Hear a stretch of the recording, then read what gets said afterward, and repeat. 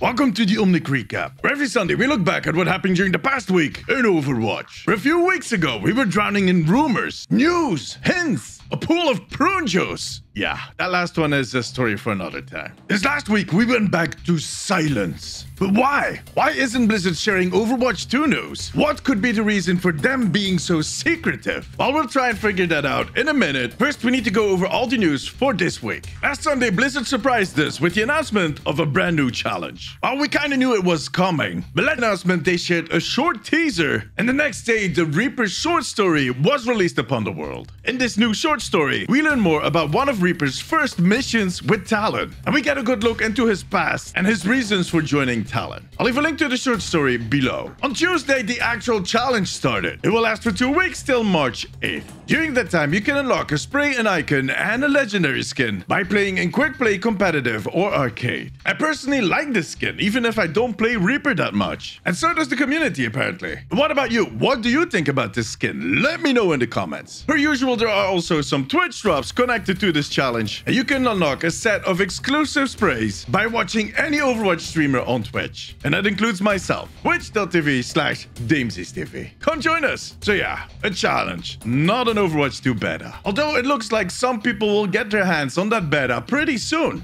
The Overwatch League teams. On Wednesday, the stranded Overwatch 2 hype train got another nudge. Game news website Dexerto published an article claiming that the Overwatch League teams will be getting access to the beta in the next 2 weeks. According to Dexerto, this was confirmed by multiple sources. Now, we know that up till now, the teams have been using a custom game to prepare for Overwatch 2.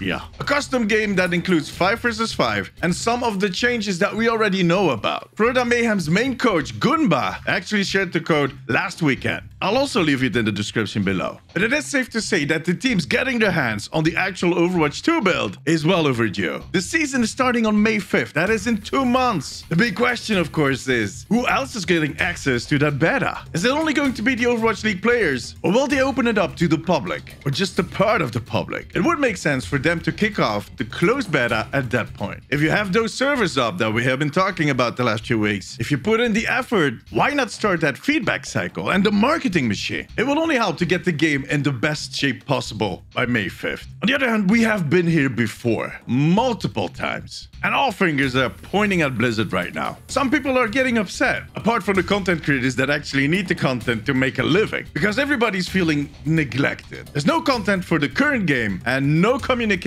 about the future game. But why is that? Why isn't Blizzard sharing their progress? A lot of other gaming companies are doing that, while even some Blizzard teams are doing it. Kinda. Like the Diablo team shares updates every quarter, which is still better than we are getting. I can think of several reasons. These are based off my experience with Blizzard over the years. I've been following this company for a long time, and my own personal experience as working in the gaming industry. I do not do this for a living, clearly. First and foremost, Blizzard has always had one golden rule. We don't ship till it's done. Meaning that no matter the pressure or the demand, they need to feel that the game is done before they release it. There's a ton of examples of Blizzard postponing games, postponing expansions, even scrapping projects, because the product does not meet their standards or the definition of done. Overwatch itself is made out of remnants of Project Titan, a $100 million project that they scrapped for that same reason. They are serious about this. Now let me add that the game is never done, and especially Blizzard games. They should continuously evolve, but that is something for a different video. Now, if you don't ship till your game is done, you don't really have an exact release date, because that date will be kind of uncertain. And that also impacts your whole roadmap, including the PR and marketing plan. Blizzard has always been a very developer-centric studio. The people that actually work on the game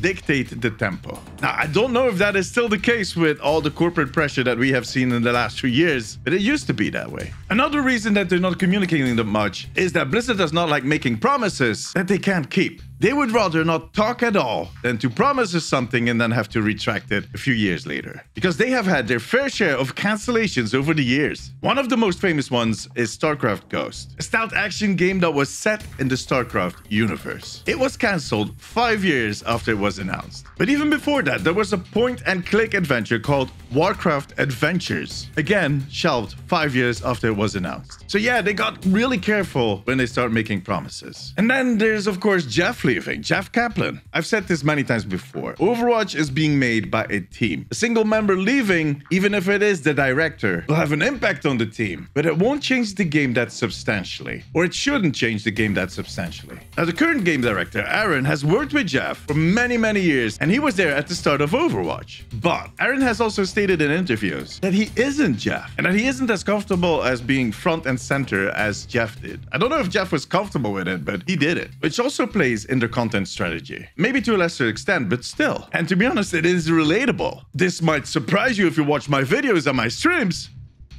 Oh, no, wait. Oh, Kato, how you doing? You just can't be killed, Kato. No, no, no, stop emoting. Stop emoting, you stupid piece of... Oh, come on. Yeah.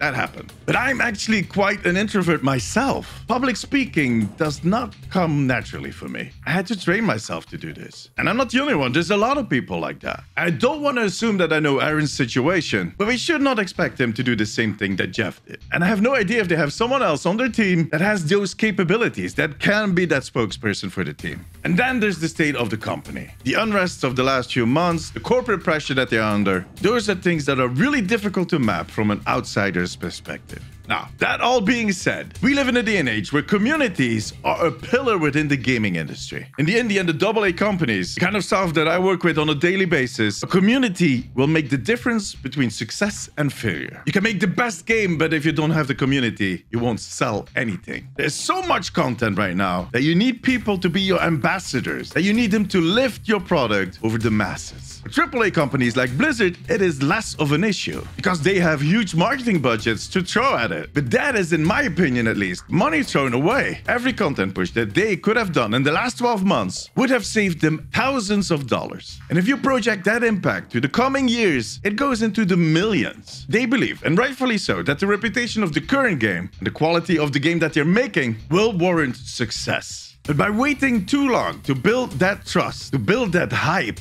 it will take them longer to get back the old players and power them through to new communities. If they had been hyping this up a little sooner, they would later on have to spend less marketing and PR budget, but above all, they would see their growth accelerate way faster. They would get more income sooner, which would allow them to hire more people, and in turn, they would be able to push out content more frequently. But that's my opinion. What do you think? Is Blizzard stuck in their old PR ways? Like an old man telling everybody that their way is better because that's how they've been doing it for the last 30 years? Or is this just how things panned out? How the circumstances kind of forced them down this way? Is it something in between? Let me know in the comments below. In any case, I'm hoping that we see things shift. Like I said in my update earlier this week, if the Overwatch League teams are getting access to that beta, things will leak. But it would even be better if they opened up that beta to more people. Now, if they do, you'll hear about it right here on YouTube, on Instagram, and on Twitter. So make sure to follow and to subscribe. But now, however, that was it. Thank you very much for watching. See you guys during my stream or in my next video. Till then, take care. Bye-bye.